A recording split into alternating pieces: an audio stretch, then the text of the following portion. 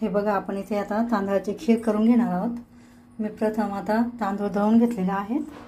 तांदूळ दूध घेतलेले, थोडं गरम पाणी घेतलेले आणि थोडे खोबरे किसून घेतलेले आणि याची पेस्ट, बदाम कुटून घेतलेले, विलायची, काजू बदाम। आणि आता आपण खीर करणार आहोत। तर प्रथम बघूया, आपण तूप टाकून घेतले, त्यात आपण खोबरं किसलेलं हे बघू शकता।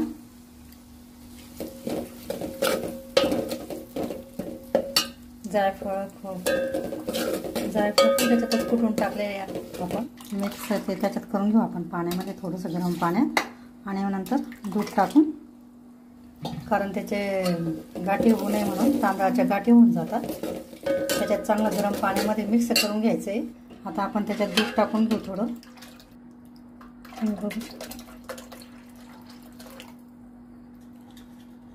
एक ग्लास दूध टाकून घेतलं, एक ग्लास पाणी आणि अर्धी वाटी तांदूळ दळून घेतले ते मी।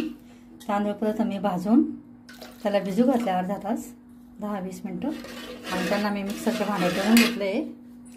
आणि ते दळून झाल्यानंतर त्याचं ते बारीक केलेले तांदूळ मी थोडे गरम पाण्यामध्ये त्याला मिक्स करून घेतले आणि नंतर फोडणे याच्यामध्ये आपले खिरीमध्ये टाकले।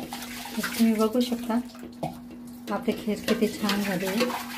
तुम्हाला थोडी जे कमी जास्त वाटल्यास तुम्ही त्याच्यात गरम पाणी किंवा दूध टाकू शकता। थोडी एक उकळी आली की त्याच्यात आपण साखर टाकून घेणार आहोत, 1 वाटी। अशा पद्धतीने आपली खीर। तुम्हाला माझी रेसिपी कशी वाटली ते नक्की सांगा। थँक्यू।